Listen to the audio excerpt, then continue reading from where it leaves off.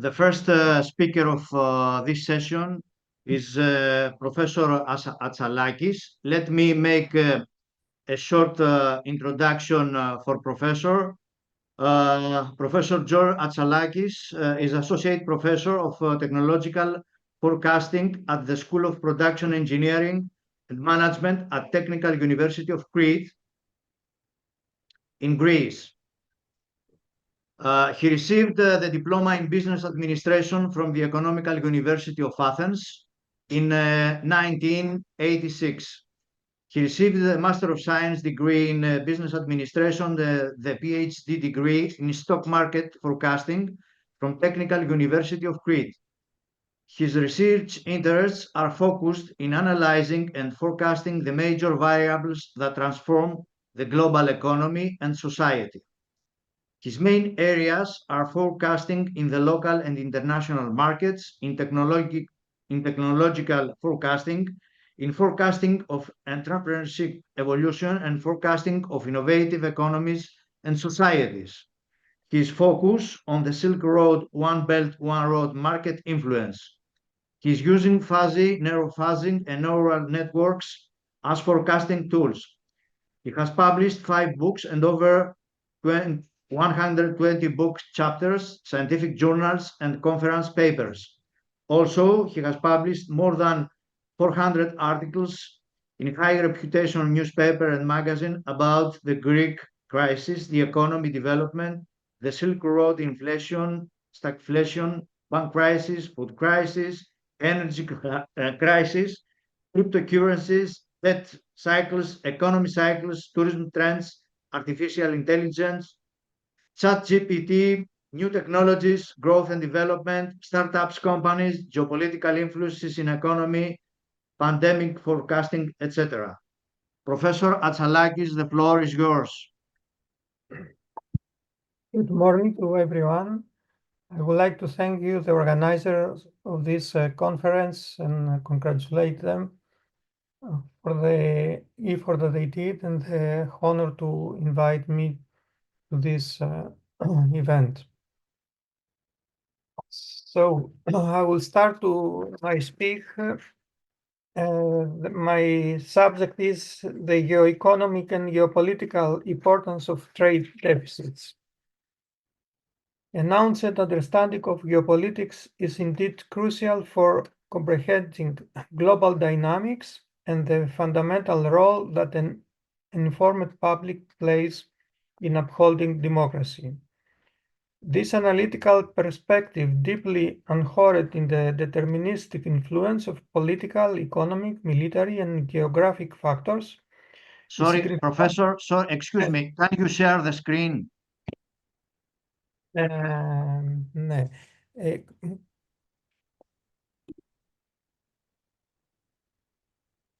Έλα.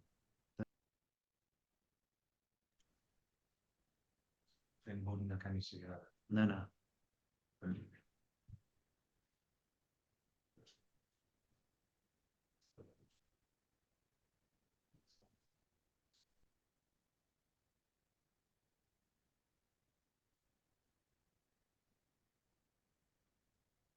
George, go down and press the green button that says share.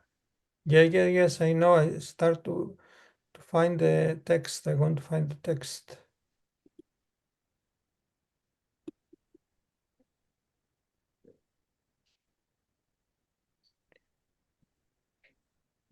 Can you see it?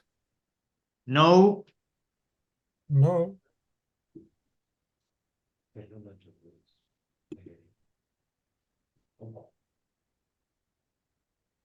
Δεν μπορεί ο υπολογιστής του να κάνει share. Όχι όμως.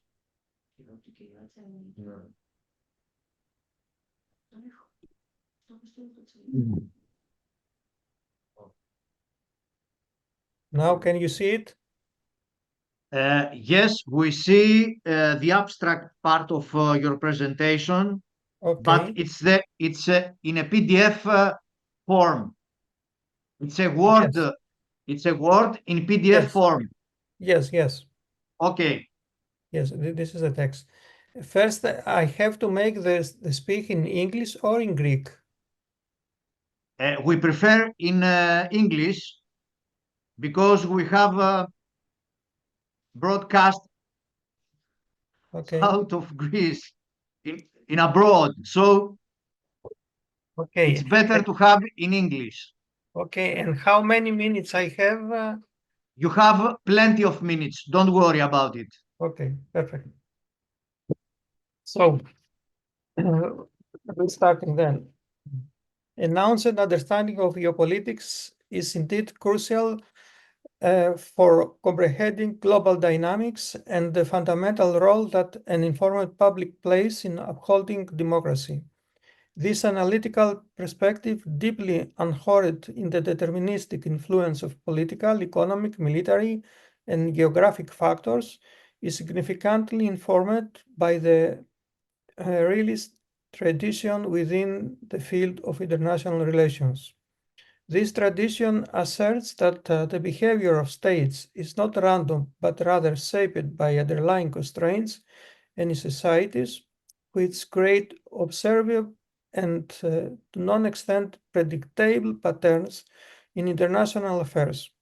Such a viewpoint encourages a methodical analysis of historical events alongside current geopolitical developments to discern these patterns.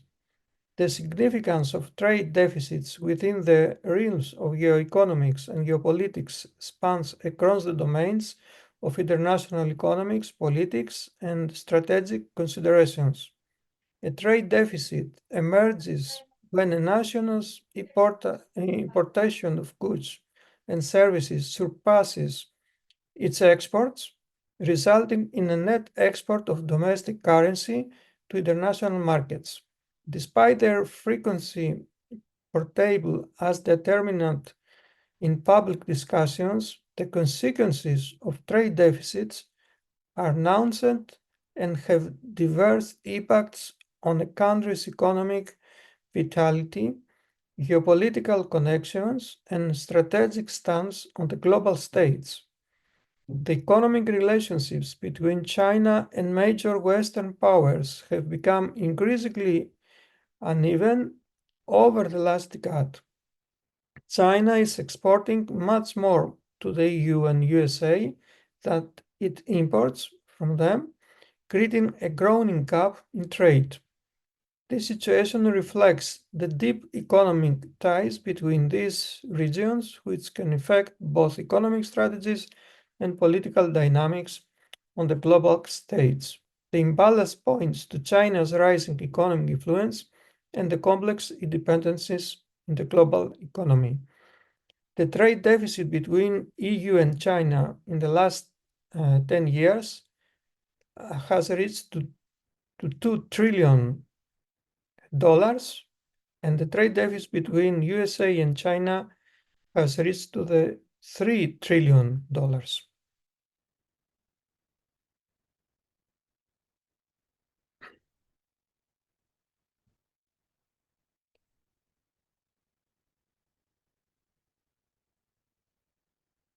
Introduction is needed a compelling insight into the role of geopolitics to emphasize how geography, politics, economics, and military factors shape how countries interact on the world stage. The nations act in predictable ways based on these influences rather than purely on ideals or individual leaders' choices. By studying past events and current global conditions, we can better understand the anticipated how countries may behave. This view highlights the importance of citizens being well informed about these complex actors to participate effectively in their democratic system and make sense of international events. Over the past 10 years, we see a high increase of deficits between EU, USA, and China. These are signals have critical dimensions and worth exploring. The growing trade deficits indicate that both EU and USA are increasingly reliant on Chinese goods and services. The deficits are partly financed through capital inflows from China, which may include investments in government debt, real estate, and other assets within EU and USA. While this can be beneficial, offering liquidity and funding for various projects, it is also increased economic exposure to Chinese economic policies and conditions. The substantial trade imbalances afford China considerable economic leverage over the EU and USA, potentially influencing their policy decisions or critical matters, ranging from trade policies to international diplomacy. The reliance on Chinese exports for essential goods, including technology and medical supplies, has highlighted vulnerabilities in EU and USA supply chains.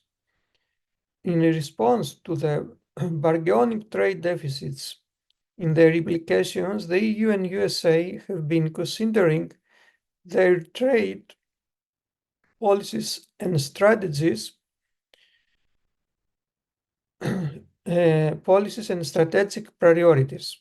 Both regions are exploring ways to reduce dependency on Chinese imports by diversifying supply chains, encouraging domestic production, and establishing trade partnerships with other countries. Increased security of Chinese investments in critical sectors, aiming to protect national security interests and ensure technological sovereignty. Negotiations for fairer trade agreements with China and efforts to resolve disputes through international mechanisms such as the World Trade Organization are ongoing. Unfair international competition from China sustains enormous trade surpluses in its favor, which reached to $1 trillion in 2023. China's unfair competition stems from the artificial evaluation of its currency to make its export cheaper, the lack of protection for the intellectual property rights and trademarks, the state subsidies provided to export business, the imposition of capital controls on capital flows, and more. This forces countries to impose import tariffs to limit their trade deficits, and in parallel, initiatives to boost domestic industries' competitiveness through innovation, research and development, and support for key sectors are being implemented. Understanding the world through geopolitics. The assertion that the study of geopolitics can reveal the underlying order in what appears to be a chaotic world grounded in the belief that there are fundamental laws governing international relations. These laws, determined by geography, economic resources, military capabilities, and political structures, shape the destinies of nations. The work of historians and political scientists such as Paul Kennedy in The Rise and the Fall of the Great Powers and John Messerschmitt, The Tragedy of Great Power Politics, underscore this perspective by highlighting how the rise and fall of nations can often be traced back to their geopolitical strategies and the material resources at the disposal.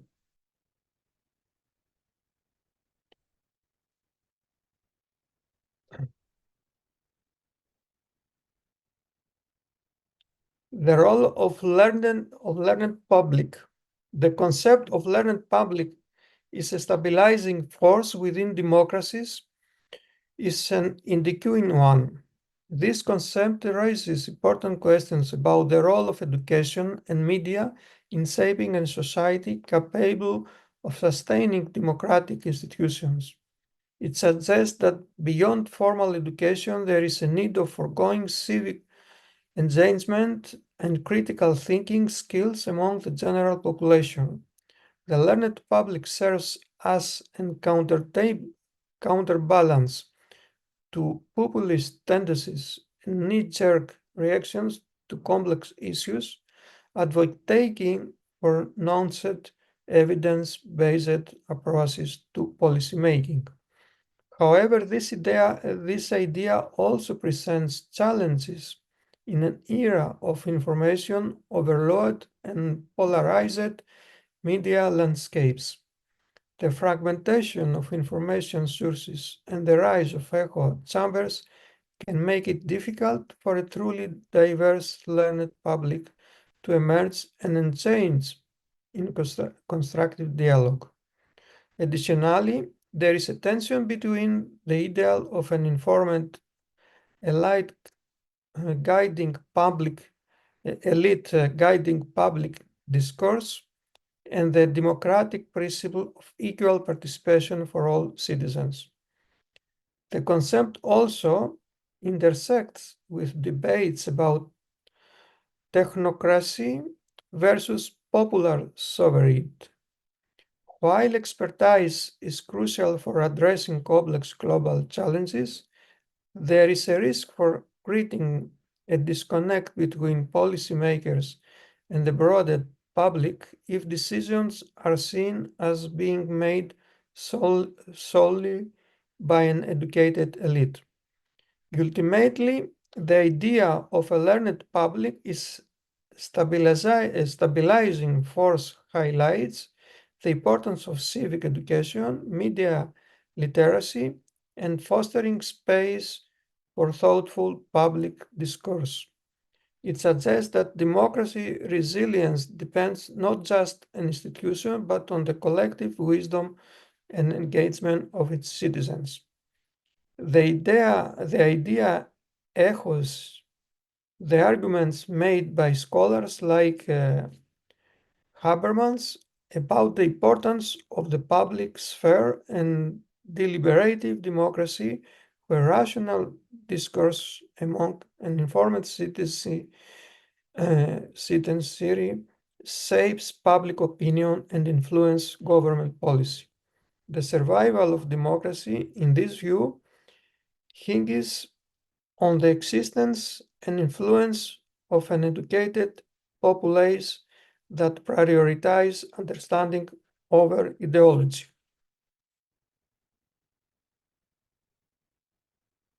The imperative geopolitics education. Educating the public about geopolitics become a crucial task in the framework. Institutions of learning, media organizations, and public intellectuals play a vital role in disseminating knowledge about the geopolitical forces that shape global events. The challenge lies in presenting complex geopolitical concerns in an access manner, fostering global citizenry capable of and change in informed discourse.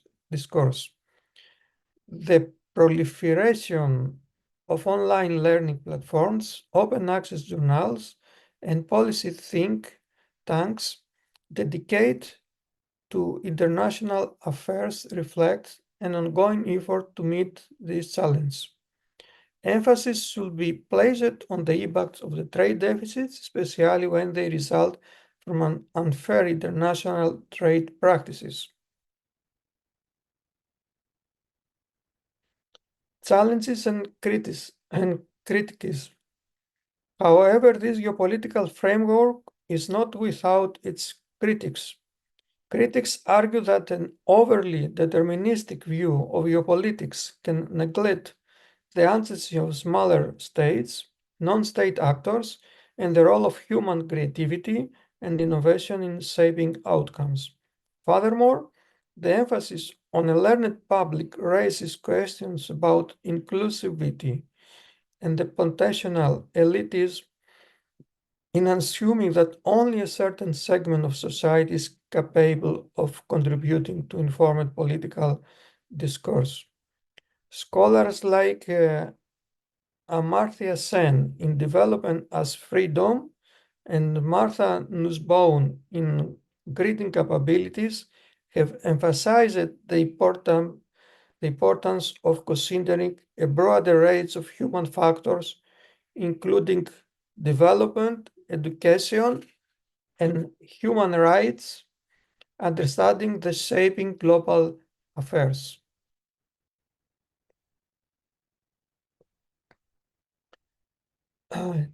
Trade deficits. The geoeconomic and geopolitical importance of trade deficits lies at the intersection of international economy, politics, and strategy. A trade deficit occurs when a country imports more goods and services than it exports, leading to a net outflow of domestic currency into foreign markets. While often viewed negatively in popular discourse, the implications of trade deficit are complex and multifaceted, influencing a nation's economic health, its geopolitical relationship, and its strategic posture.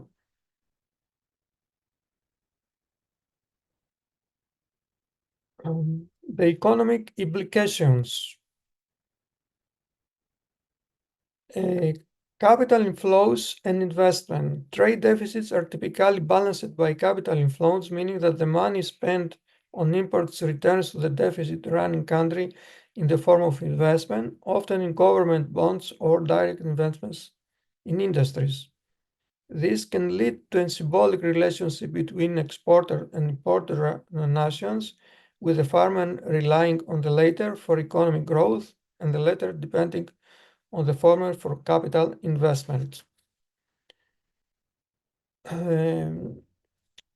There are currency valuation implications. Persistent trade deficits can affect a country's currency value. A weakening currency can make exports cheaper and imports more expensive, which may eventually help in correcting the trade imbalance. However, currency manipulation to maintain a trade surplus is a tactic some countries use, leading to geopolitical tensions and accusations of unfair trade practices.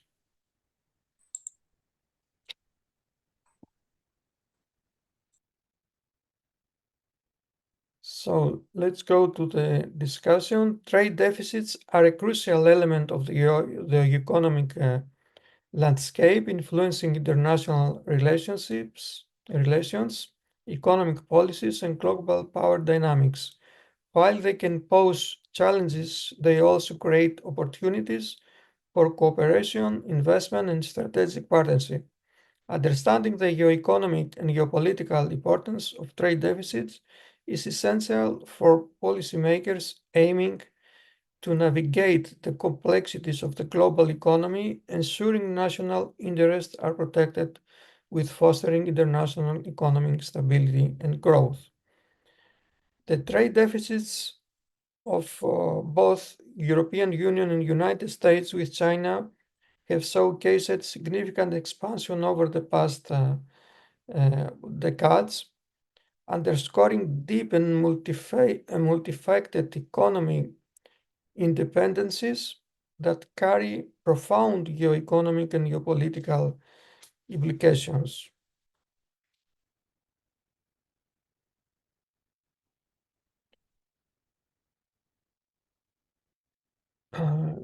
The impact on domestic industries.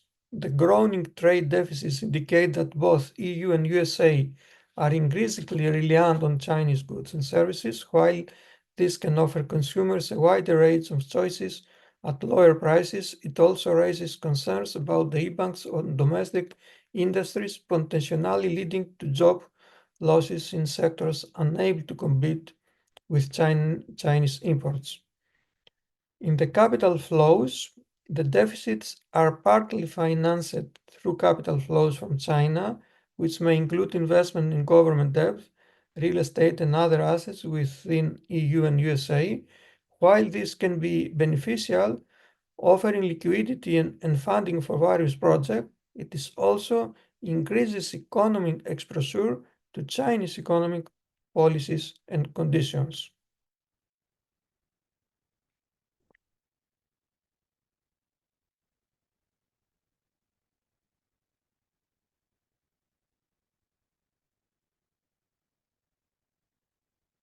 So let's see the supply chain dependencies. The reliance of Chinese exports for essential goods, including technology and medical supplies, has highlighted vulnerabilities in EU and USA supply chains, especially evidence during crises like COVID pandemic. Both regions are exploring ways to reduce dependency on Chinese imports by diversifying supply chains, encouraging domestic production, and establishing trade partnerships with other countries. Increased security of Chinese investments in critical sectors aiming to protect national security interests and ensure technological sovereignty. And let's see now the inflation implications. The trade imbalance in the EU and USA can lead to inflation and economic challenges.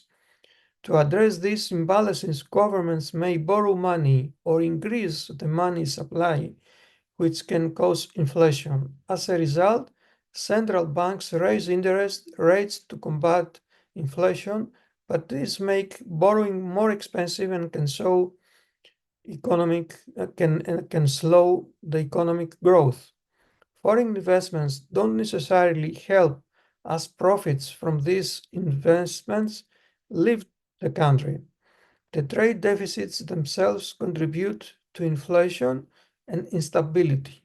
Economic experts who suggest that recent large government deficits are linked to inflation are many. It also notes that rising energy prices tend to increase inflation, similar to what happened in the mid-1970s.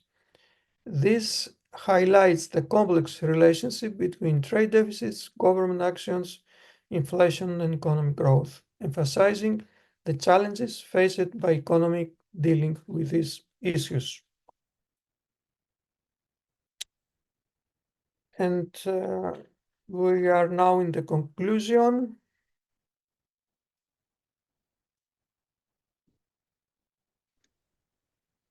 The evolving economic landscape has spurred the debates on the merits of globalization versus protectionism, with policymakers grappling to find an optimal balance.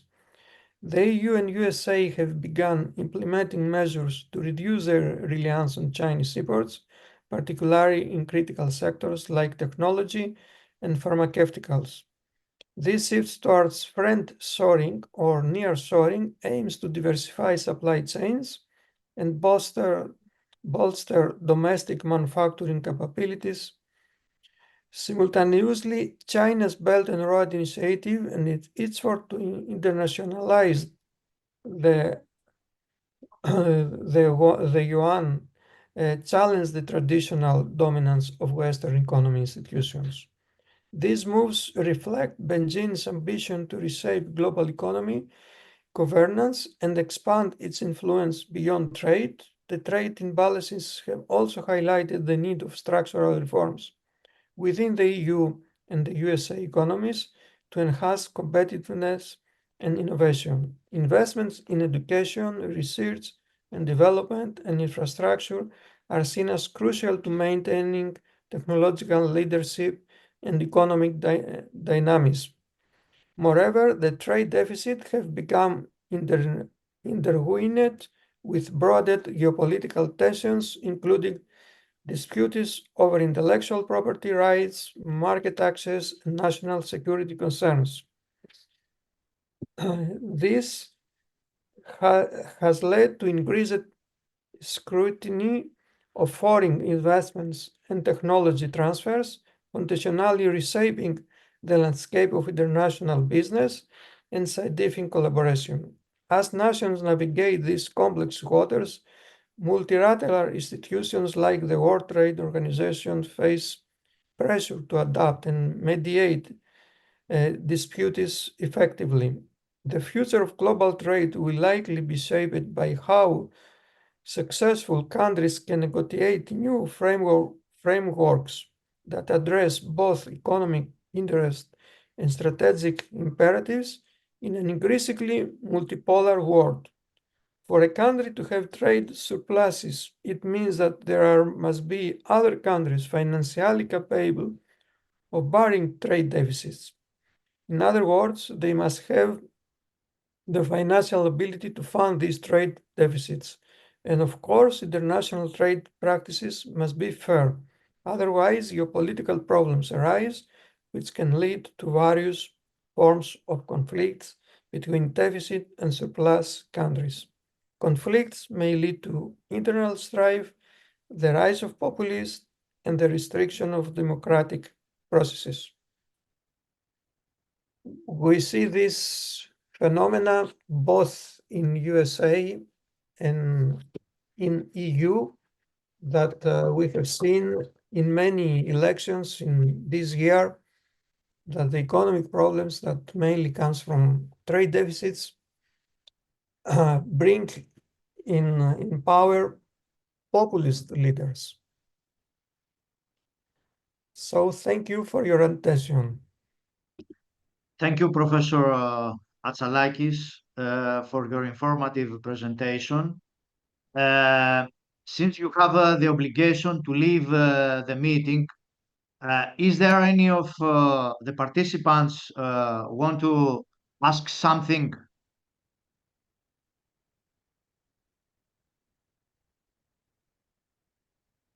Yes. I don't want to ask something. I want to say something. Just for the information, Athens Close Athens has been connected to international platforms. And yesterday, today, there are 4,000 people from Europe, Canada, and the United States who follow our conference. We are very proud for that. I would like to thank George Atsalakis for the very nice lecture. Sorry, Professor. I would like to ask some things, Professor Atsalakis. Yes. The first thing is the problem of illiteracy in geopolitics. I would like a comment from your side regarding the broader matter of education in Greece, and especially in this matter, in geopolitics. I think that geopolitics education is promoting transparency decision-making process. In simple words, that makes people to be smarter, to understand easily the way and the why of the official state person's decision, and they can, in this way, direct their vote during the election process. I would like your comment on this. Look, it is very important the people to be informed with real data and not ideologically informed about the importance of various geopolitics issues, and mainly when there are conflicts with neighbors, to understand the exactly reasons, and then to understand the risk that a conflict may have or may have not. And in order to manage this, the political system must make attempts many years before to keep informed the people. If the people are not informed, it will be easy to be manipulated from populists that they will try to influence their feelings than they try to solve the real problems of the society. So when the problems in the societies become bigger and bigger and no one solves them, is the golden time for the populists to get the power, because they can promise, of course, with an easy way, solutions that never will be happen, and then can get the votes of these people. And we are in the period that democracy, it has many enemies, internal and external enemies. And only the 50% and maybe less of the countries worldwide are democracies. So it is very easy to lose the democracy under the pressure of too many problems, because when the populist leaders take the power, it's not sure that they will enhance the importance of the institutions and other procedures that guarantee the democracy. In most cases, they try to make more weak the all the institutional procedures that we have optimized to secure our democracy. So always the people must be informed and must be informed more and more. Every day must be informed of what's happening in geopolitics. And of course, the economist must know geopolitics, and the geopolitics policymakers must know economics. And a second one question regarding the role of forecasting in geopolitics. Can you elaborate on this? Because I can't imagine to make a decision without forecasting. The role of the forecasting is to find out the threats that are coming in the future, and to find out also the opportunities. Both of these informations are needed in order to make a right decision. So without forecasting, in fact, you cannot decide, at least for the future. And if you don't take into consideration the future, any decision has a limited time. So now the artificial intelligence and other techniques that can learn from huge amount of data can help in the forecasting much more than ever before. So we have much more tools than ever before to make more precise forecasts. And mainly in the geopolitics, when we want to make forecasts, we must see who are the players, who are the countries that participate in phenomena that we examine, and to see the interest that they have.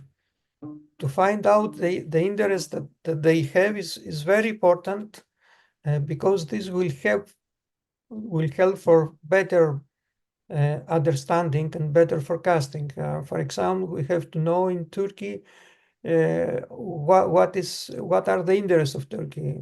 Okay, Turkey wants to reveal the Ottoman Empire, and the same is done from many countries now. Russia has the same scope, China has the same, Iran has the same scope. Mainly these countries that they didn't adopt, they adopt the economic way of development their countries, but they never adopt the government systems that we have in West, the democratic systems. So these countries, now that they have economic power, they spend the money not for the improve of the quality of the people, but they improve the military equipments, and now they have military power, and they start to threat the international routes of goods, like Houthi is doing, and influence the prices of that goods reach in EU and USA. And also these countries, because they were empirer in the past, they try to reveal the influence that they have in the neighbor countries, and we see one country after the other of these four that I mentioned to collaborate together also to achieve these achievements. So we have to see the geopolitics under this scheme, because these four countries already invade in other countries. Turkey has invaded in Syria, Russia in Ukrainian, Iran is it has already proxies that influence the trade corridors. China is ready to invade in Taiwan, and so on.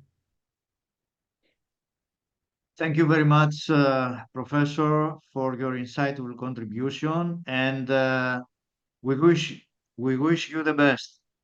Thank you very much. Now we are proceeding with the second lecture of the day by Mr. Petkidis Vasilio. Some words for Mr. Petkidis. He's graduated from Florida State University in 1990 with a Bachelor of Science in Management and a Bachelor of Science in Multinational Business. He also holds a Master of Science in Accounting and Financial Management from the University of Lancaster and the University of Macedonia. He began his career with Sea Land Service Incorporated in Panama in 1991 in the financial department until 1994, when he became services manager and assistant to the general manager. While in Panama, he was a member of the Maritime Chamber of Panama, served on the Economic Commission for the Panamanian Chamber of Commerce, and served as a member and secretary on the board of the Panamanian Hellenic Community. In 1996, he moved to Greece and joined the Mamidakis Brothers Group as general manager for Hermes Hotel and Tourism Enterprise. In 1998, he was transferred to the International Petroleum Trading Division, where he was the CFO, and later he served as acting CFO, COO for the Mamidakis Brothers Group from 2015 to 2017. Today, he is the CEO of Cetracord Jet Oil and has served in the board of directors for several entities. He is member of the Economic Chamber of Greece and member of the Institute of Financial Management of the Hellenic Management Association. He has served as president of the Glyfada chapter of AHEPA, as well as secretary, lieutenant governor, and governor of the board of AHEPA Hellas District 25. Mr. Petkidis, the floor is yours. Thank you. Just to add that today, currently, I'm the CEO of Mediterranean Gas, which is a company developing a terminal for LNG storage. And I have served as Supreme Governor for Europe for AHEPA. Now, I want to, good morning, Athena, good morning, world, and thank you, Mr. Harokopos, Mr. Psathas, Mr. Kalokerinos, and the whole Athens Calls Athens team for having me here today with you. So let me share my screen with you.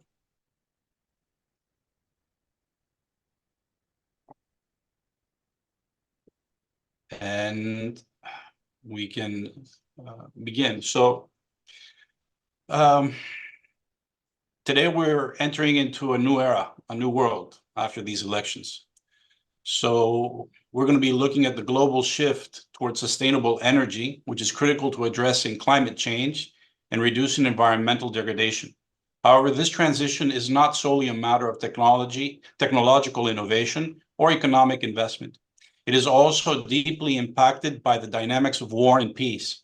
Today, we'll examine both war and peace influence the global energy transition. Evaluating the effects on infrastructure stability, resource allocation, policy environments, and socioeconomic conditions through an in-depth analysis of how warfare disrupts energy systems, reinforces reliance on fossil fuels, and diverts funding from renewable energy. In contrast, periods of peace provide the stability needed to attract investments, foster international cooperation, and support the implementation of innovative policy frameworks for clean energy.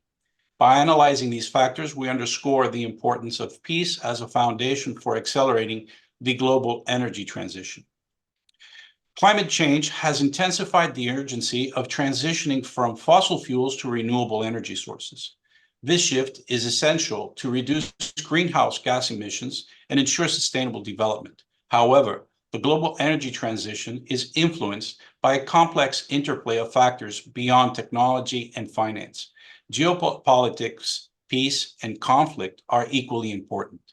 While conflict and instability can disrupt energy systems, perpetuate fossil fuel dependency, and divert resources away from sustainable development, peace offers a stable foundation upon which countries can prioritize long-term energy strategies. Today, we examine how the contrasting conditions of war and peace impact the energy transition, providing a comprehensive analysis of their effects on infrastructure, investment, policy, and socioeconomic development. The destructive impact of warfare on energy systems is profound and multidimensional, affecting physical infrastructure, resource availability, and economic priorities. These impacts delay the transition to renewable energy sources and make nations more vulnerable to energy insecurity. One of the immediate consequences of war is the widespread destruction of energy infrastructure, including oil refineries, power plants, transmission lines, and pipelines. The damage to these structures can cripple energy production, create energy shortages, and destabilize entire regions. For instance, during the Syrian civil war, attacks on oil refineries and gas pipelines created significant energy shortfalls that affected not only Syria, but also neighboring countries dependent on regional energy supplies. Damaged infrastructure is often costly and time-consuming to rebuild, diverting resources from the renewable sector. In Yemen, where conflict has damaged oil and gas facilities, energy shortages have exacerbated humanitarian crisis and hindered economic recovery. Beyond local and regional effects, the destruction of energy infrastructure in conflict zones have global ramifications. Disruptions to oil production or gas supplies can lead to spikes in global energy prices, affecting consumers and industries worldwide. Such disruptions increase market volatility, which in turn can make investments in renewable energy less predictable and appealing. Resource conflicts are a frequent driver of war and have profound implications for the energy transition. Countries rich in fossil fuel reserves, such as oil and natural gas, often experience heightened geopolitical tensions and conflicts over resource control.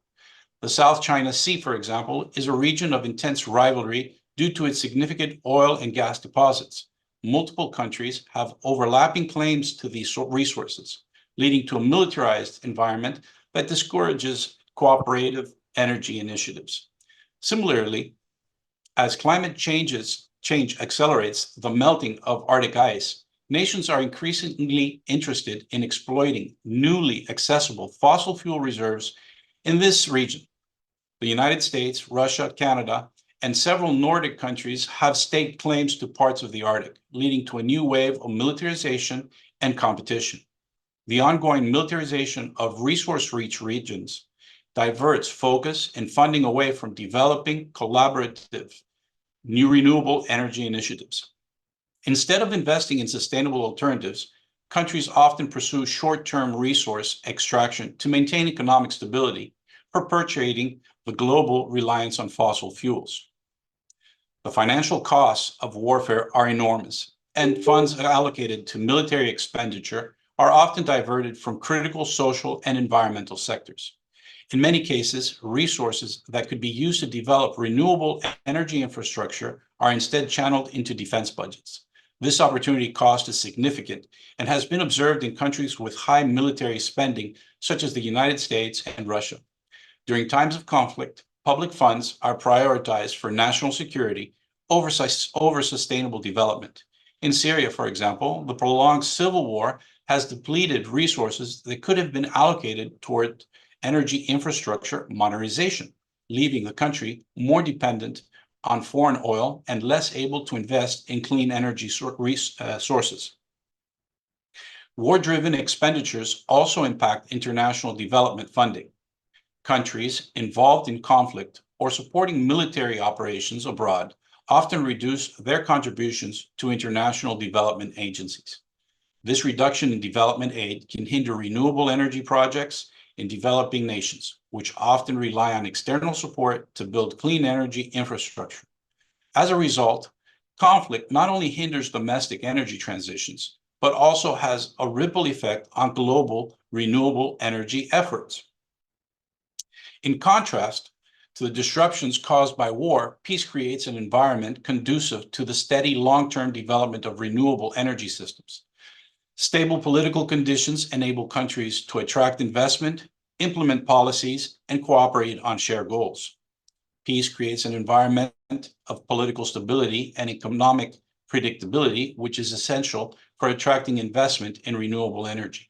Countries that have experienced prolonged periods of peace, such as those in Scandinavia, demonstrate a higher capacity to invest in renewable projects. For example, Sweden, which has remained peaceful and politically stable for decades, has been able to attract substantial investment in hydroelectric, wind, and bioenergy projects. In contrast, countries experiencing instability, such as Iraq, have found it challenging to attract investors for sustainable energy projects due to the perceived risks associated with conflict zones. Investment confidence also fosters research and development. In innovative energy technologies, countries with stable economies and supportive policies, such as Germany, have become leaders in R&D for renewable technologies. Germany's Energiewende initiative, which aims to transition the country to renewable energy sources, has been supported by stable political conditions that assure investors of a secure return on investment. Such confidence encourages private sector involvement, accelerating technological advancements in areas like solar, photovoltaics, battery storage, and wind power. Countries emerging from conflict often have an opportunity to rebuild with a focus on resilient and sustainable energy infrastructure. Post-conflict reconstruction can prioritize renewable energy systems, creating modern, secure, and environmentally friendly power networks. A prominent example of this approach is Germany's post-war reconstruction, which laid the foundation for the country's eventual energy transition policy by investing in infrastructure that would support economic stability. Germany was able to rebuild a robust energy sector that has now become a model for renewable energy integration. In Rwanda, in the 1994 genocide, the government pursued a path of peace and reconciliation, focusing on economic development and stability. Rwanda has since made significant strides in renewable energy, particularly solar power, and now provides a model for sustainable development in post-conflict nations. By investing in renewables, Rwanda has improved energy access in rural areas and created economic opportunities, underscoring the role of peace in facilitating an inclusive and sustainable energy transition. Peaceful conditions enable countries to engage in cooperative agreements and international partnerships that support the energy transition. Organizations such as the European Union have established frameworks for cross-border energy policies, which allow member states to collaborate on climate targets and share renewable energy resources. The EU's Green Deal, for example, provides a roadmap for reducing carbon emissions, promoting clean energy, and enhancing energy security through international cooperation. Similarly, organizations like the International Renewable Energy Agency facilitate partnerships between countries to advance the adoption of renewable technologies. Peaceful relations among member countries enable IRENA to support the exchange of technical knowledge, investment strategies, and policy expertise. Through these partnerships, countries can overcome common challenges in the energy transitions, such as grid integration, and financing would be difficult to address in isolation.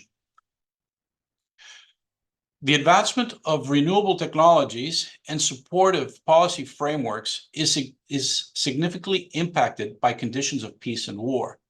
Conflict stymies innovation, while peaceful conditions allow for experimentation, policy implementation, and sustained progress.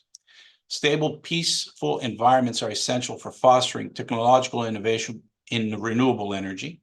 Countries that have enjoyed long periods of peace, such as Denmark, have led in developing renewable energy solutions. Denmark, a global leader in wind energy technology, was able to invest consistently in research and development due to its stable political and economic condition.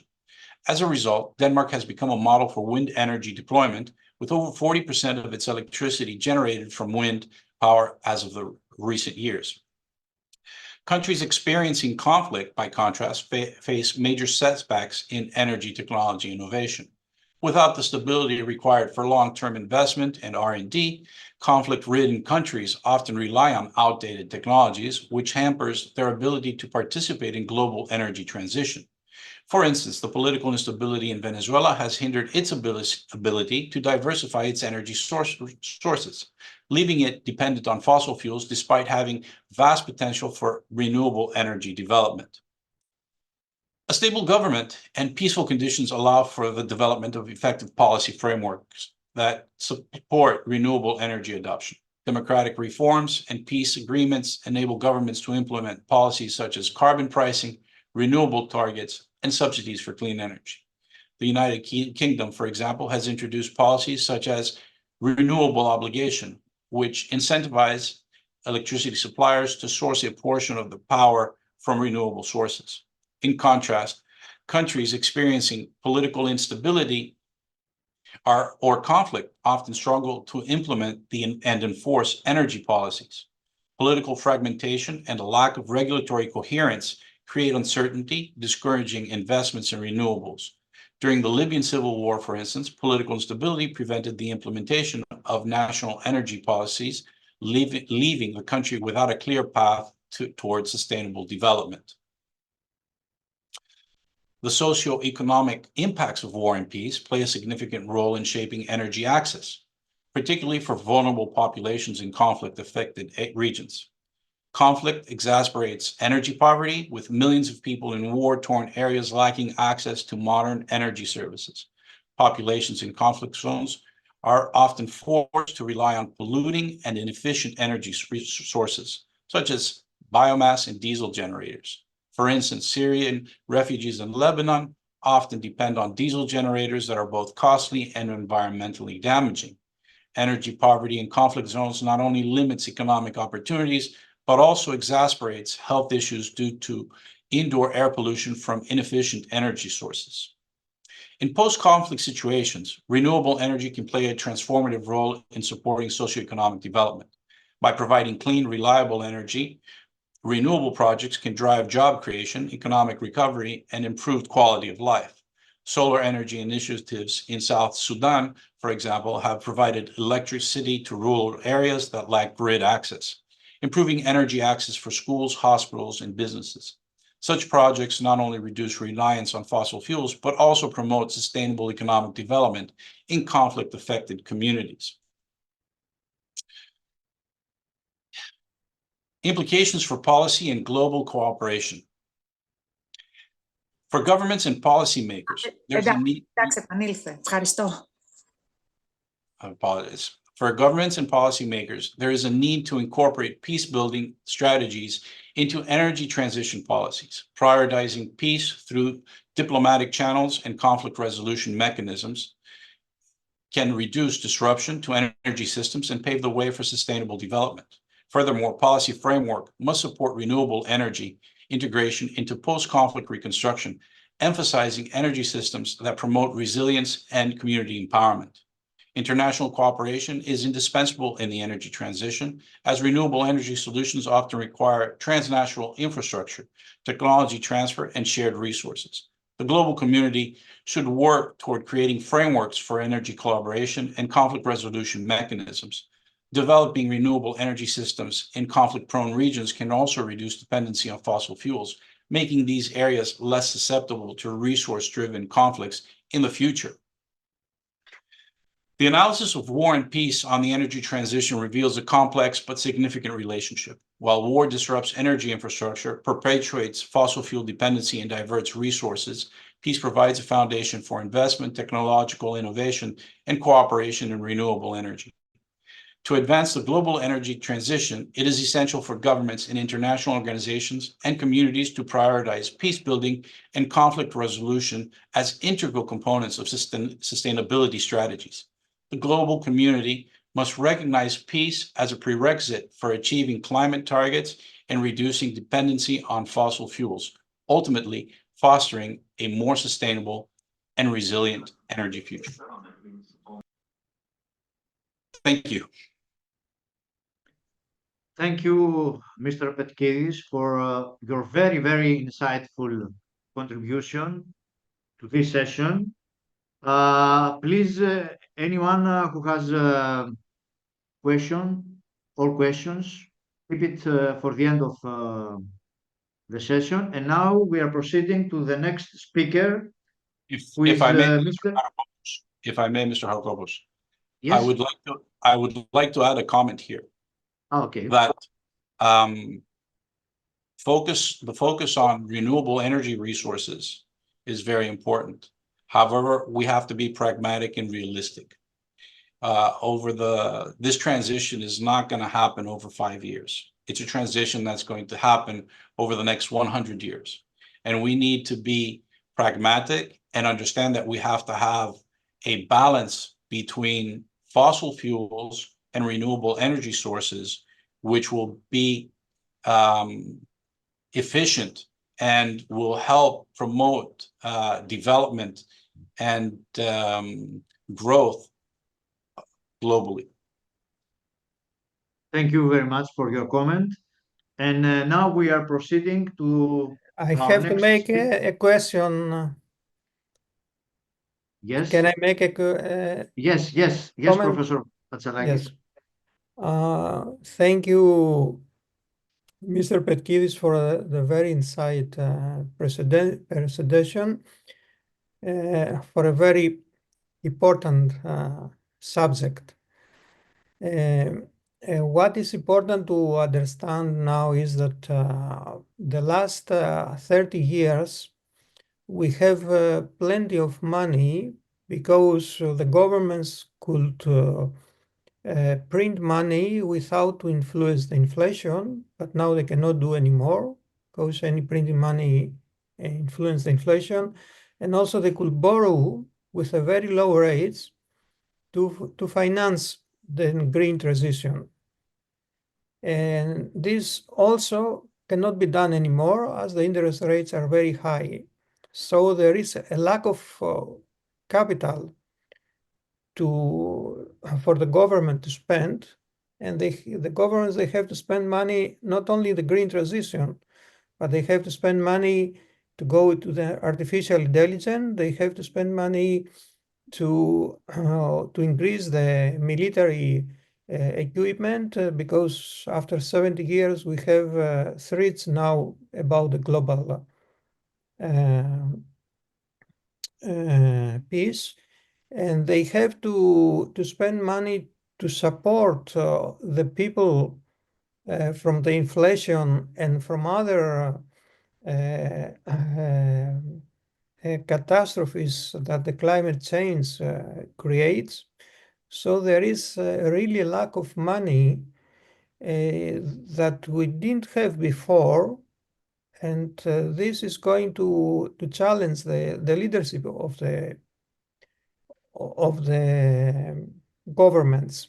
And this green transition is not a transition of energy like happened before. For example, we went from coal to to oil because the oil was cheaper in that time, and then we went from oil to gas because gas was cheaper than oil. But now we go to new energy sources that are that produce very expensive energy because the solar and the wind energy, they don't produce 24 hours to feed with stable energy supply the grid. So we must have another factory to produce energy from gas to cover the gaps. So all this have not been taken in consideration when they planned the green transition. And because it's very important to save our planet, we have this new data, and this means that it's going to re-planning the transition period and the transition strategy. So all this must be taken in consideration because without cheap energy, the economies are not competitive, and maybe more problems will be created, and mainly the governance side, and may delay to save our planet. That is our first priority. This was the comment. Thank you very much. Thank you, Professor Atsalakis, for your comment. I keep three words: constant, cheap, and green energy. Okay. Thank you very much. And now we are. Things of the topics I will cover later. Can I have a question too? This is Constantine Drugos. How are you? Kalimera. Kalimera, Mr. Drugos. Brother George, you cover some of the topic I will speak about later, but this is a political transition. It's not an energy transition. And we have not, we've taken sides more like, as we say in Greek, like philately to podosphero, like it's a soccer team, a football team, and we're like going one way or another. We don't like the other side because it's blue or green or red or whatever it is, or black and white. And it's much more complicated than just, and the transition, it's always happened. It's just this political transition, and in this case, and I would like to leave you with that, I don't want to make a long statement, is how we in Greece, since Athens, and since we talk about Athens, calls Athens, created the miracle it created at that time because it actually used the technology that it produced. And despite all the politicking and the war with Sparta, they managed to thrive.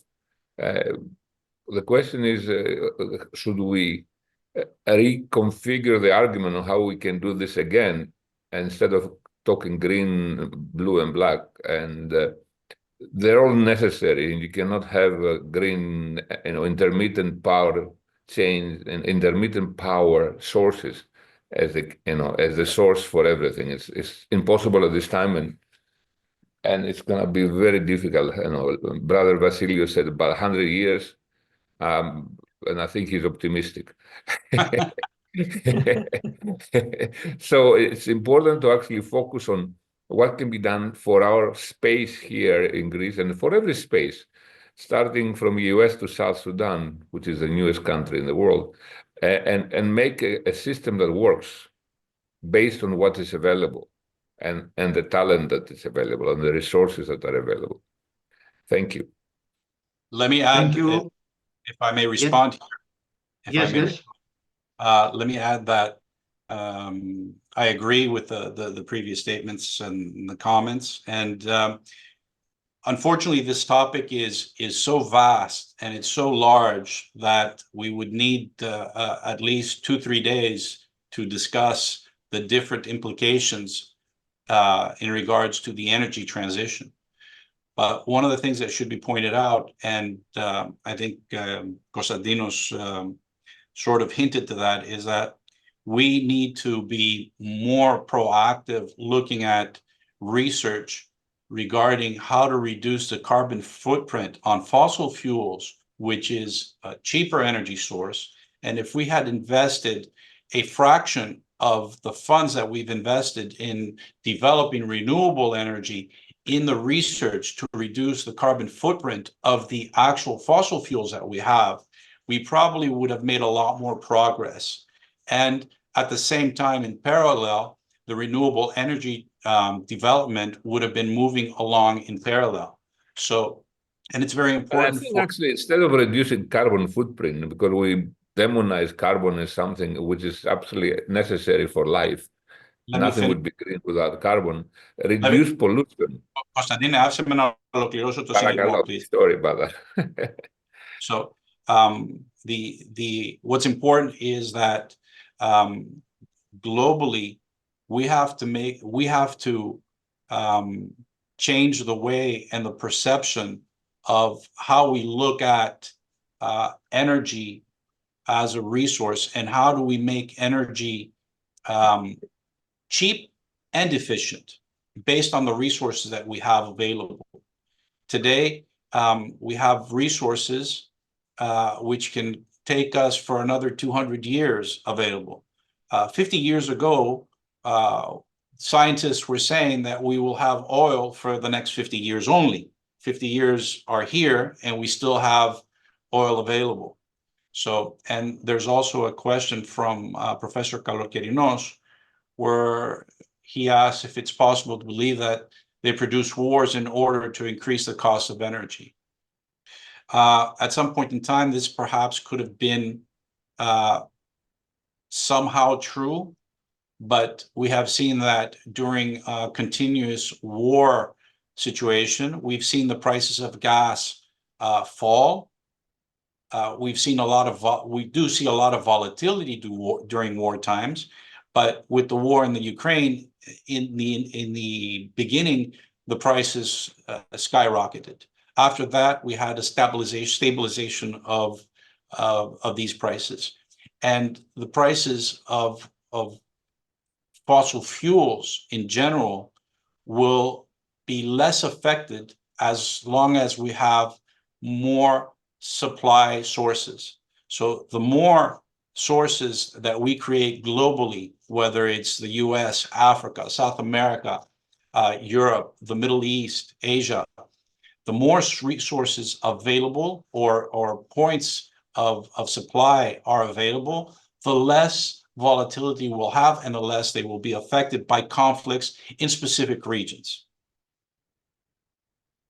Thank you, Mr. Perkidis, for your comment. Just let me add that the more sources you have, the more you are going to weaponize the energy. I mean, Russia today, tomorrow, is exploring the Arctic Ocean, creating new sources of energy, natural gas or petroleum. So it's a matter of policy. And regarding the people, I believe in the value of education. Illiteracy in many domains, it's a problem for our society. When I said sources, I was referring to geographically different regions, which are not under control of one specific entity, because obviously then that creates monopolistic or oligopolistic situations, which can. Okay.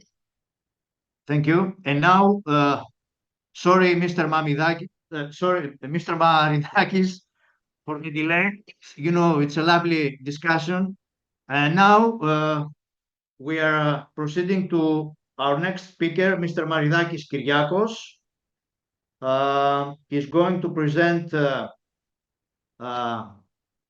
topic Building Peace through Cultural and Citizen Diplomacy. Mr. Maridakis was born in Athens, grew up in historic Salamis, and is a descendant from the historic family from Sfakia, Crete. He completed his military service in the Hellenic War Navy in Hydra Frigate, participating at NATO in Bosnia War, as an administrator support team helicopter contingent.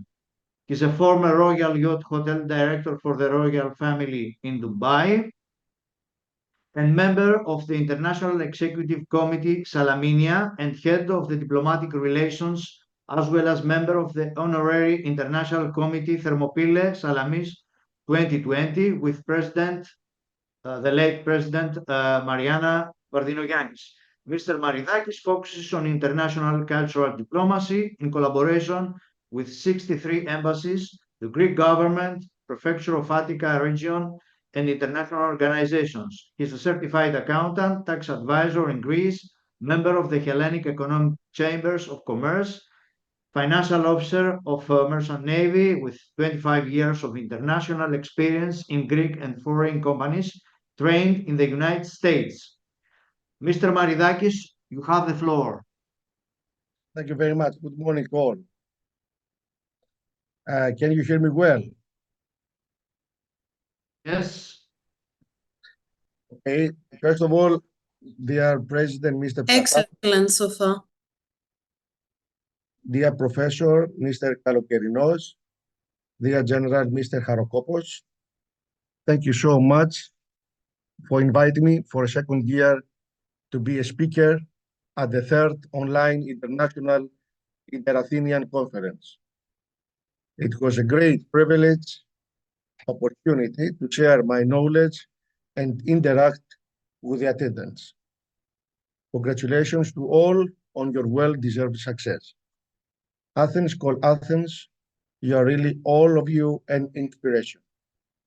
Yesterday, I would like to share to all of you, just received my BA, the International Relations and Cultural Diplomacy from the President of American and European Institute Studies, RIEA's internationally accredited professor, Dr. John Nomikos, Director of International Relations at the American Webster University in Athens, where I have the honor to make some speeches to the international university students audience, sending also the best wishes for the conference. Your Excellencies, Majors, Academic, distinguished guests, Professor, ladies and gentlemen. Today, I will analyze an approach to citizen diplomacy, including my vision for all the countries, with universal spirit of peace, unity, and solidarity. First of all, citizen diplomacy, as we all know, refers to the idea that all citizens, regardless of their professional position, can function as representatives of their nations to the world. A diplomat can include any citizen who seeks an audience abroad and aims to represent their home country, including business people, students, athletes, and artists. Is moving beyond the traditional idea of exchange with new forms of involving. Now is the time for leaders to act, to invest in efforts that integrate the transatlantic relationship, the world relationship. Solutions to end conflicts may be provided by either politicians or by civil society leadership. Politicians typically hold negotiations in an attempt to reach a political agreement or truce, process known as first-track diplomacy, where civil society leaders and activists engage in people-to-people initiatives, also known as track-to diplomacy, civil society-led actions, or citizen diplomacy. Culture of peace can effectively be operated in the area by educational programs, by national dialogue groups, and the mass media.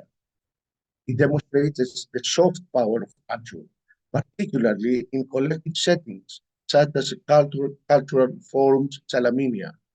As everybody knows, this is an international commemorative event for the Naval Battle of Salamis, which I started from 2011, to engage citizens in countering against intolerance, anti-Semitism, and all forms of violence, building peace, tolerance, and solidarity, and fighting any kind of racism.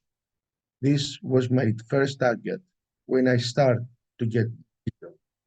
I used a field-based approach The conclusions presented here are based on my own experiences in Talamini event, incorporate with 63 embassies, as well as hundreds of meetings with ambassadors, diplomats, presidents, royal families, and officials in Greece and abroad. The cultural diplomacy, the soft power framework, is based on my experience as head of diplomatic committee 2011 since now.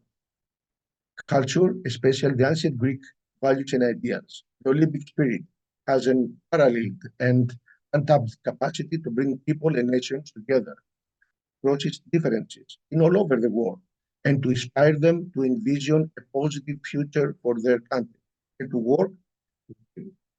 These studies demonstrate the culture belongs at the center and not the periphery of each building. They also show the efficiency of the leveraged local voices approach to culture diplomacy. Findings here are based, as I said before, on my experiences. I always believe, and I strongly believe, that all citizens have opportunity and the power to change the current situation for a better future. But peace first be built from within us first. Through my citizen culture diplomacy in all over the world, my main target was one, always to promote the spirit of peace to all the ambassadors, to all the diplomats, to every citizen, always believing for a better future and a better tomorrow.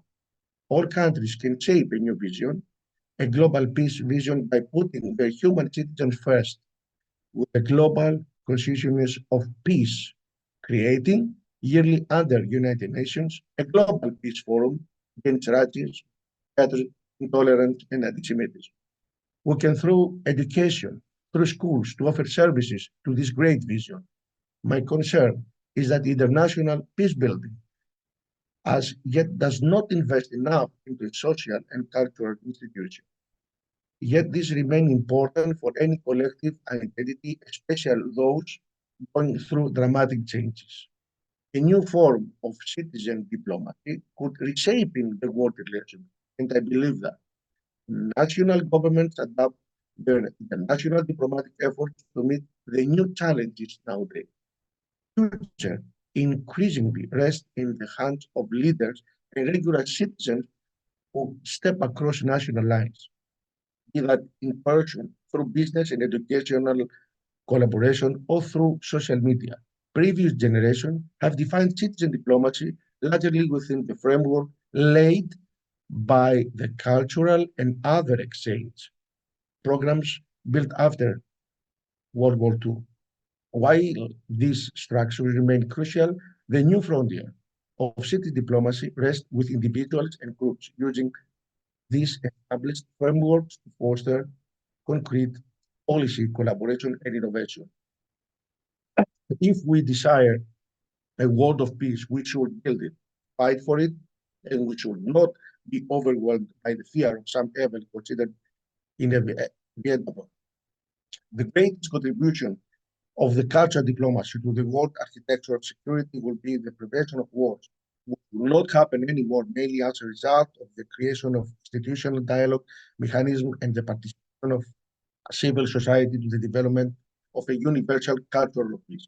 I've long believed, as have many before me, that peaceful relations between nations requires understanding and mutual respect between individuals.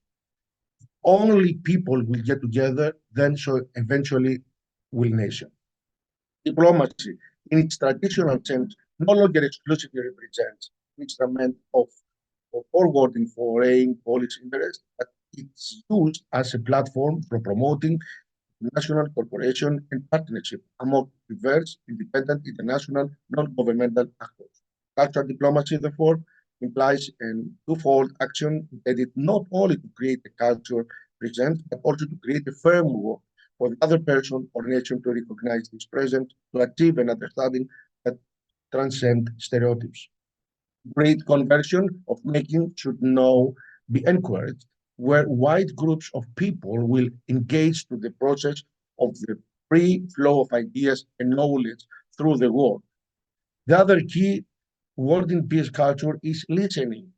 Any group of people that is really listening with their hearts, with each other, is practicing peace culture. Our challenge is how to build out from what we already have and to have a deep appreciation of human difference. Peace culture refers to a cluster of attributes that enables peaceable behavior to take place in a society. Cluster can be thought of as a mosaic of identities, attitudes, values, beliefs, and institutional patterns that lead people to live nurturingly with one another and the earth itself, without the aid of structured power differentials to deal creatively with their difference and shape and share their resources. A sustainable world must be a peaceful world, or it will not be. I believe that united all, we can make the difference because the world needs all of us. I've long also believed, as have many before me, that peaceful relations between nations requires understanding, mutual respect between individuals. If only people will get together, then so eventually will nations. The emerging conclusion is that the peace can be achieved when we are all decide to fight and defend the truth, the light, the human rights, the need for the creation of the global union and of nations with the city of peace, holy city of Jerusalem, to become a world spiritual, a religious cradle of ideals and values. Ladies and gentlemen, together we can rebuild the peace. Together we can make the difference. Thank you very much. Thank you very much for your contribution and for your ideas, Mr. Maridakis. Any question from the audience? Okay, thank you. You're And very now welcome. we are proceeding to the next speaker via a video, who is Professor Grivas Konstantinos. Dr. Konstantinos Grivas is Professor of Geopolitics and Modern Military Technologies and Director of War Theory and Analysis Sector at the Hellenic Military Academy. He also teaches Geography of Security at the Department of Turkish and Modern Asian Studies at the National and Kapodistrian University of Athens. Okay. And I am a professor of geopolitics and modern military technologies at the Hellenic Military Academy. Also, I am the director of War Theory and Analysis Sector at the same institution. I will begin my presentation with the commonplace observation that we have entered in a new Cold War and a new nuclear competition. And this competition will take place in a different geostrategic environment compared to that of the Cold War. In my presentation, I will attempt to examine the dynamics of four factors, the combination of which may tempt Russia to engage in a dangerous nuclear brinkmanship strategy sometime in the future. The first of these factors is a pessimism that maybe dominates the minds of the Russian leadership today regarding the role and position of Russia in the future, which is in stark contrast to the optimism for the future that prevailed during the years of the Soviet Union. The second factor is a more optimistic perception today compared to the years of the Cold War regarding the outcomes of a nuclear war. The third factor is the asymmetric destruction that would be suffered by Western countries and Russia in the event of a nuclear war.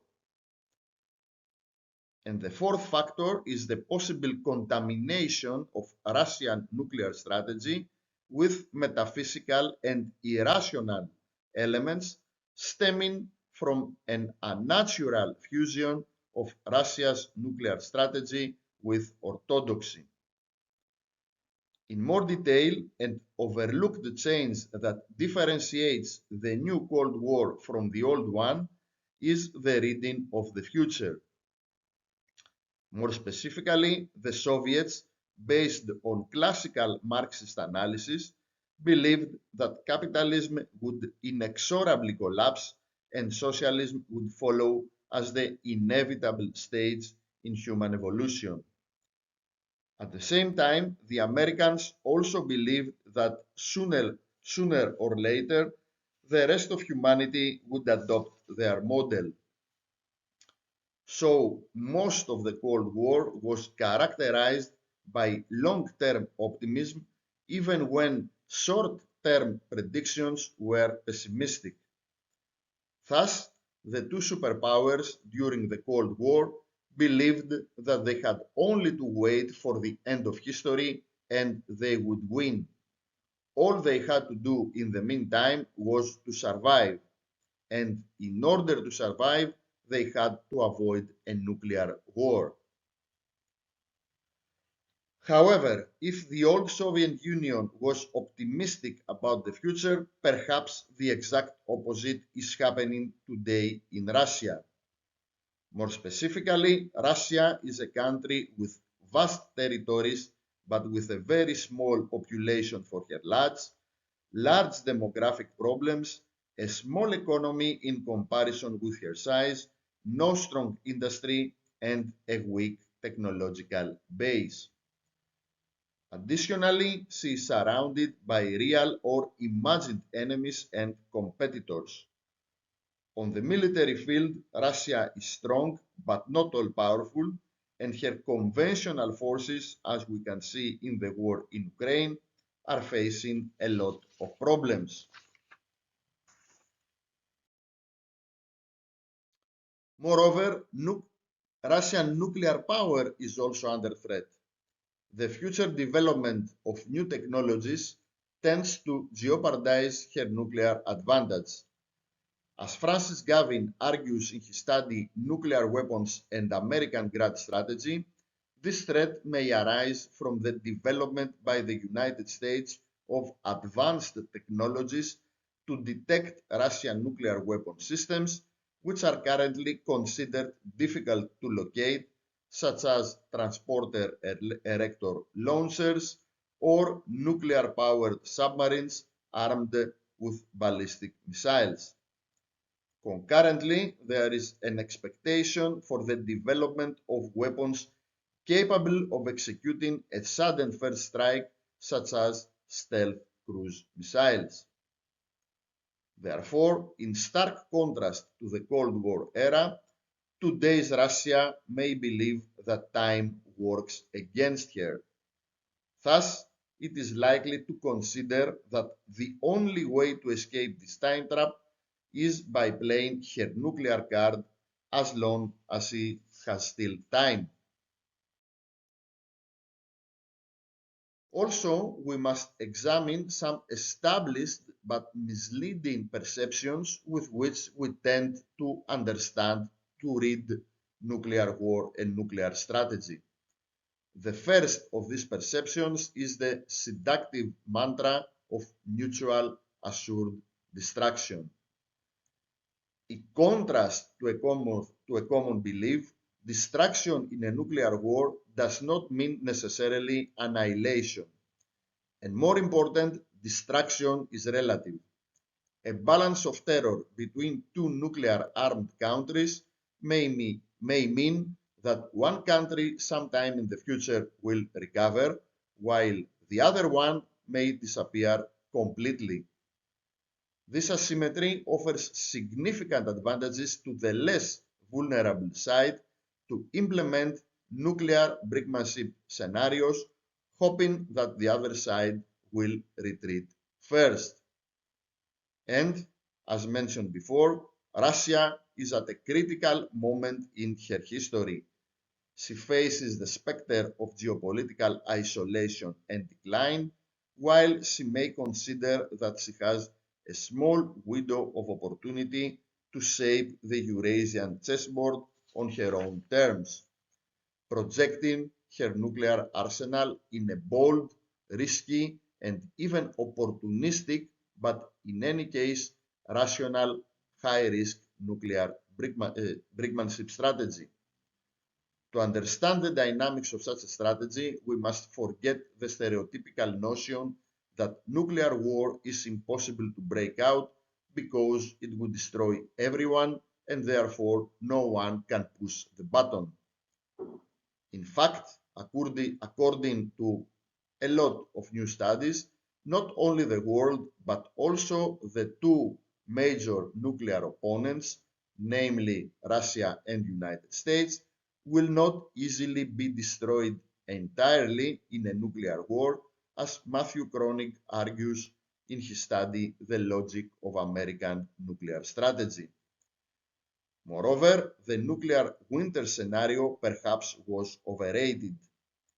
Again, Matthew Kronig argues that in a nuclear war, even on a large scale, the most likely consequence would be a kind of nuclear autumn similar to the year without summer in 1816, resulting from the massive eruption in 1915 of a Tambora volcano in Indonesia, which released between 160 and 210 cubic kilometers of volcanic ash into the atmosphere. Of course, this view is not dominant. There are many other scholars who insist that even a small-scale nuclear war would lead to a prolonged nuclear winter that will push humanity to the brink of extinction. The former US Secretary of Defense William Perry, in his book The Baton, seems to share this pessimistic view. Also, as Lynn Eden argues in her book Whole World on Fire, neither during the Cold War nor today has there been a serious study on the incendiary effects of nuclear explosions at high altitude, and accordingly, we don't have sufficient data on their consequences, including nuclear winter. In any case, even if the optimistic scenario holds, as Matthew Kronig suggests, such an event would be the greatest catastrophe humanity has ever experienced. However, humanity and civilization most likely will survive, and the destruction would be asymmetrical on a global scale. The consequences would be focused on the Euro-Atlantic West, especially Europe. Indeed, Russia is enjoying better capabilities of absorbing nuclear strikes compared to Western European countries, thanks to the much larger size of the country, the capabilities of evacuating populations from urban areas, and a series of other factors, as was argued already during the Cold War by Herman Kahn. Moreover, Russia may have a greater capability to recover after a nuclear war precisely because it has a more primitive economic base compared to the United States.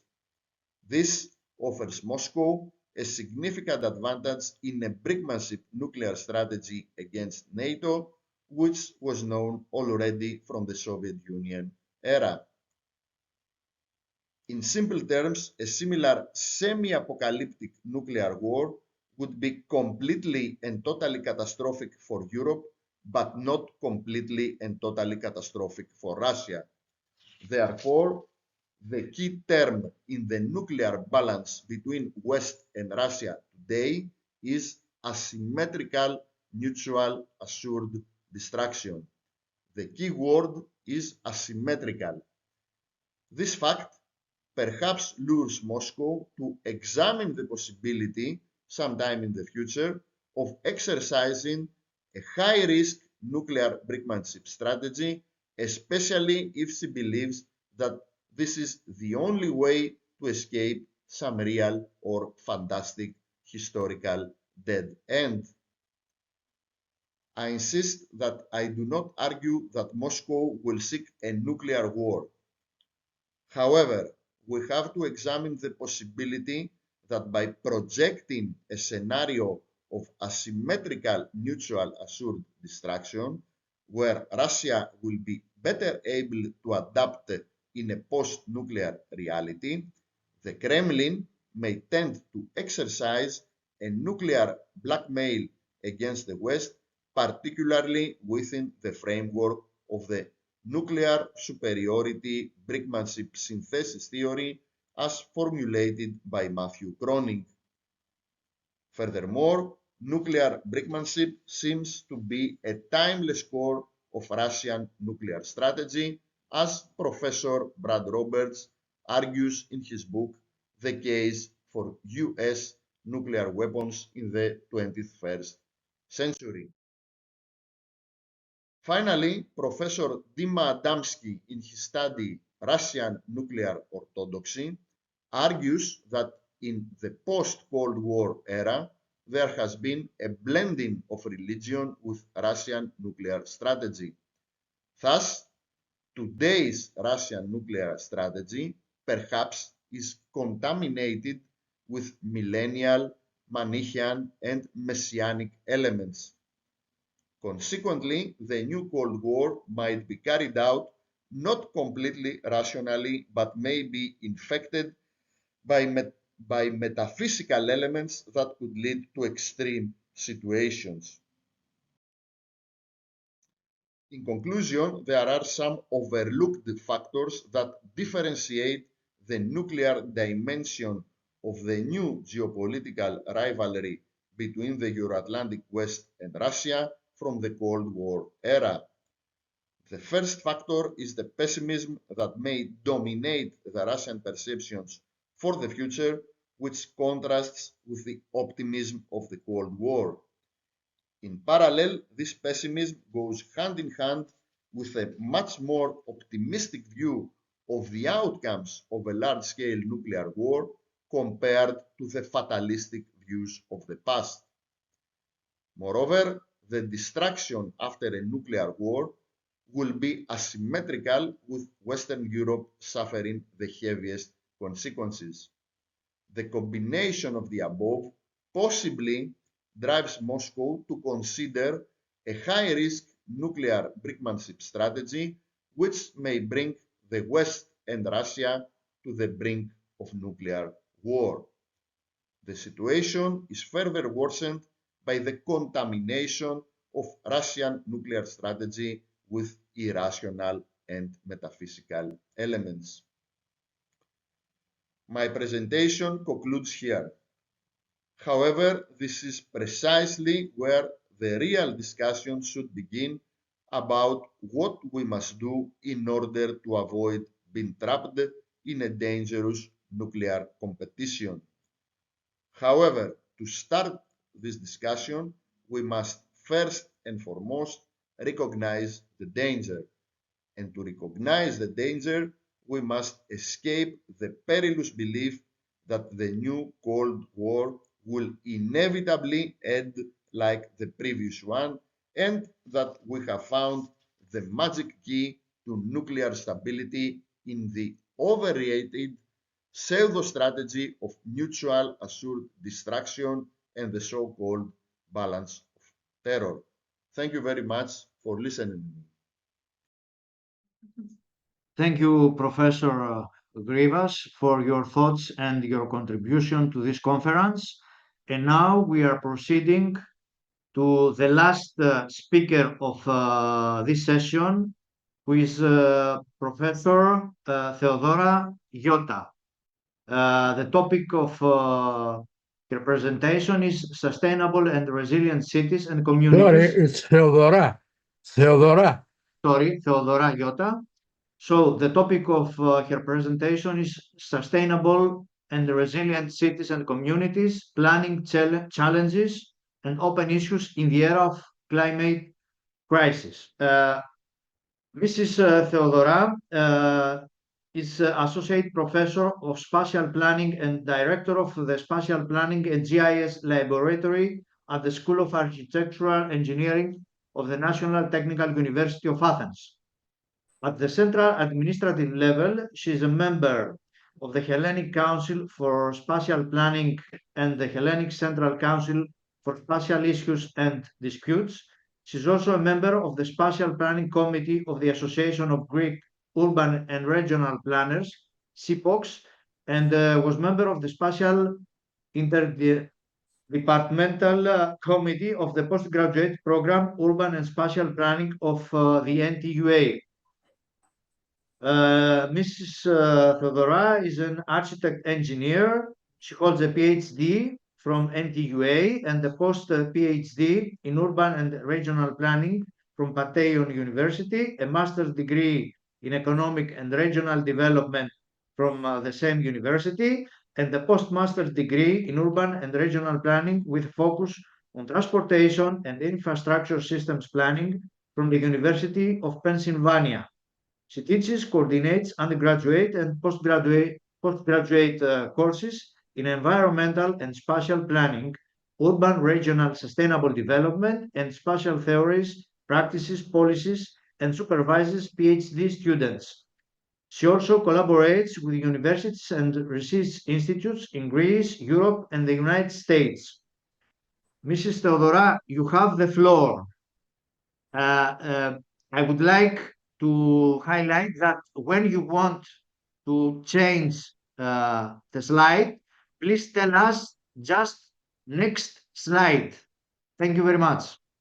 Thank you very much, Professor Harokopoulos. I will try to change the slides, but if I face any difficulties, I will be back to you. Thank you so much, and good morning to everybody.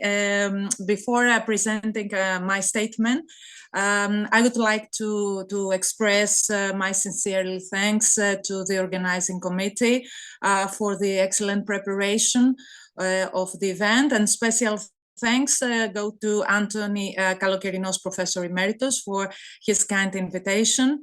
Urban sustainability, resilience, and quality are approached in development policy, and the importance of their inclusion in the environmental, spatial, and architectural planning system. So, thank you very much for your assistance. Thank you very much, Professor Theodora, for your substantial and insightful contribution. We have one question from Professor Kalokerinos regarding the phenomenon we saw a few days ago in Valencia. Can Athens able to face such kind of catastrophe? Thank you very much for the question. Through our works, and especially based on our workshops that we have conducted in our school, we found out that there are some main problems that they cannot leave us to take action in practice. And these problems, first of all, has to do with the way that we can maybe not the way, the problem is that we have the one-dimensional and fragmentary approach to the urban planning and the way that we are trying to organize the different sectors. So this is the most critical elements, and we have to work very serious on that issue. And the other problem that unfortunately creates a lot of gaps and difficulties in the planning process in practice is that there are a lot of institutional and regulatory deficits on urban issues that threaten the local development and the way that we treat the planning. The most important of all is that we pay extremely attention on the developmental structure and the development model that we have to adapt, and we don't give the necessary importance on the spatial dimension. this is a very important problem. And so that's why I try to communicate that we have to change the way that we plan. We have to be more informed and to be more active. And this is not an easy task, of course, but we have to work toward this direction. And of course, we try to find in the academia, we try to find ways to communicate the information and our education with the broader community. So we have to find ways to communicate with the not expert in order to give answers to these very important problems. But there is a lot of way to go. I have a couple of questions / comments. First one is regarding your cooperation with EU bodies. Have you any connection, cooperation, presentation within EU bodies regarding the resilience issue? So far, no, but at the Greek level, we try to organize a specific agenda in order to point out some very critical issues that we have to work on. And it's very important because during this period, a lot of plans are tried to be implemented at the national level, I mean, and in our cities. So it's a very difficult period that we have to discuss all these issues and work toward this direction in order to focus on, find out what are the main factors that we have to pay attention. And, okay. And I understand. Let me make a proposal. Of course. Since you are making a great job, there are two bodies within the EU level. The first one is the Resilience European Commission Science Hub. I think that you can address at this level just to present your ideas and work. And the second one is the European Resilience Initiative Center. My second question is regarding to the matter of financing the resilience new mega cities. We know that mega cities is the new trend around the world. So, from one side is the trend. Athens are going to increase in space. From the other hand, we have the problem of financing this trend. So, in your studies, did you have any estimation of the return of investment and the cost of opportunity in order to make a new pattern of expanding a city? That means to share the cost between the state and the individual, every individual, in order to achieve the climate goals in the future. So a win-win approach in this matter, in order within the old cities, create a new city. This is an excellent question. Unfortunately, I don't have an answer because in our school, we focus mainly on understanding the structure and the dynamics of the urban space. but we try to create bridges of communication with other fields that can answer this very important dimension. What we have found is that the main problem in the way that we treat our cities it's that we forget to focus on the different categories of space that are within our cities, namely the urban waterfronts or historical city centers. And this is a very big gap that we have to face. So our research in our school focused towards this direction. And we try to open the discussion in order to bring to the discussion all these critical elements. But unfortunately, I cannot give you an answer regarding your question about the financing element. Okay, thank you. Allow me to make a proposal. You know, in banks, there are the foresight departments. This is one part of the game. The other part is your body, the architects, etc., etc., etc. The third part is the central government and the policies. The fourth part are the citizens. The fifth part are the municipalities, etc., etc., etc.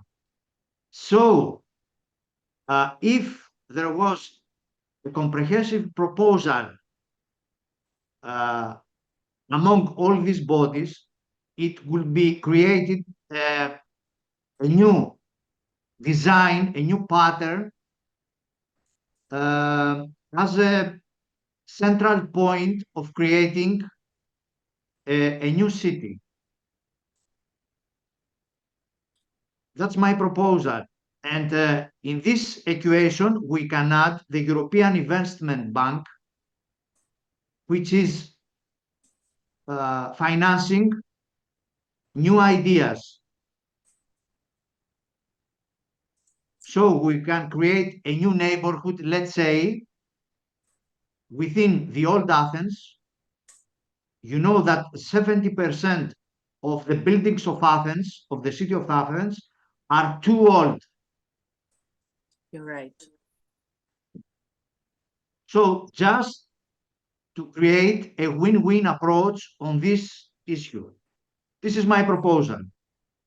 I agree with your proposal, and I have to say that in my department, I try very hard in order to underline that the planning process is a multidimensional approach and interdisciplinary. So we have all to work together. The main problem is that we want to achieve a development. I don't know what kind of development and for whom.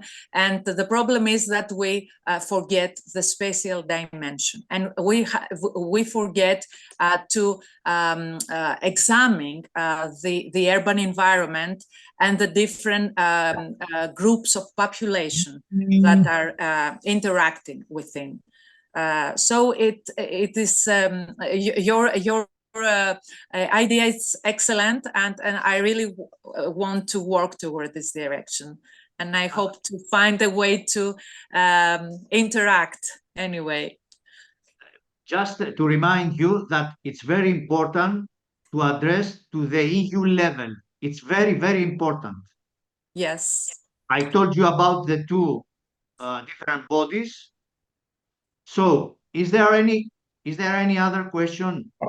I think that Ms. Chiropoulos wants to say something. Thank you very much. I just faced a technical issue because of this. I'm jamming in and out What I would like to ask is, we're speaking about green growth, urban design, foresight, and all this stuff, but the reality shows that we're not capable enough as considering the infrastructure.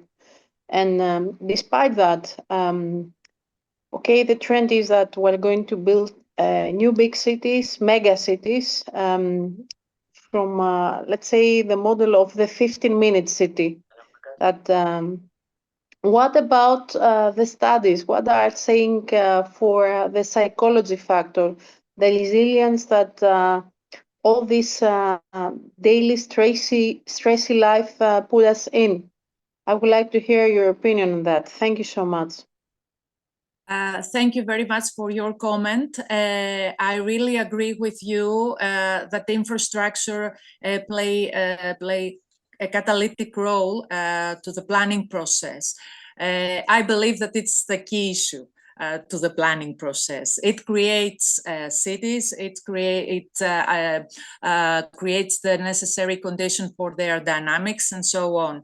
Of course, we have a lot of way to go, and it's not easy to just present the concepts and say how we can easily go to their implementation.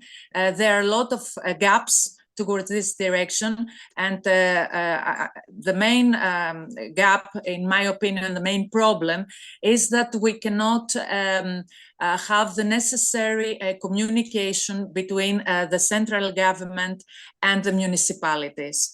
It's they are multi-parameter, and you can understand that, of course, we can all understand that, but it's a critical element that we have to keep in our mind, that there's no a good communication between the developmental patterns that they have, the central government has in his agenda, in its agenda, and the municipalities.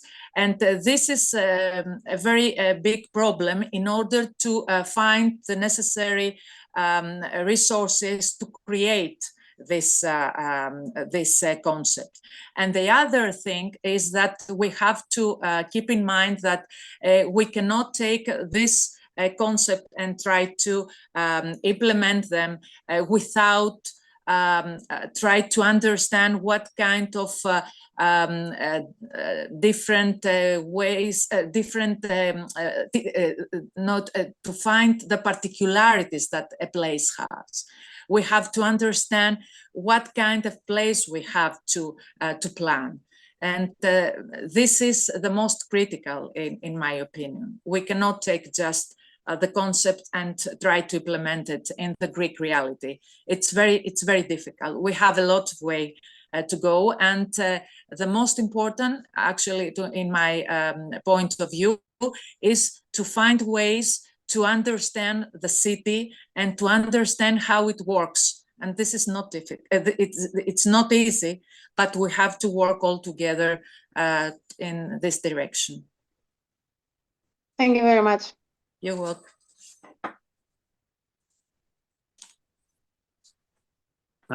Thank you, Professor Theodora, for your very informative, insightful, substantial contribution. Thanks, Lena Kiropoulos, for your contribution to broadcasting the conference via Net TV in Canada. And now we are at the end of this session. Next session will be start at 12:50.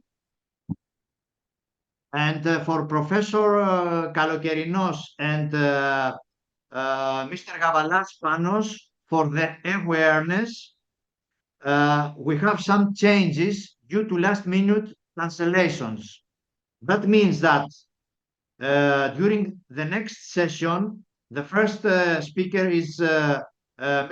Gavalas Panos. The next one speaker is Mr. Voudouris Nikolaos.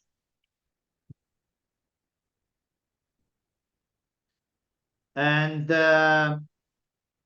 sorry, the next speaker will be Mr. Evstathopoulos Evstathios, the Professor Evstathopoulos Evstathios. The third one will be Mr. Boudouris. The fourth one will be Professor Kalokerinos. The fifth one will be Professor Lekakis. The next one will be Mr. Gavalas Nikos. The next one, Mr. Paraskos Dimitris. And the last one will be Mrs. Vasiliou Angeliki. We have a cancellation for Mrs. Jouvara, for Mrs. Fundopoulou, and for Mrs. Kalemis. Okay. What time So, do yes, yes, what time do we start? we start at 11:50. 11:50. Okay. Okay. Thank you. Thank you very much. Thank you very much. Thank you. Thank you.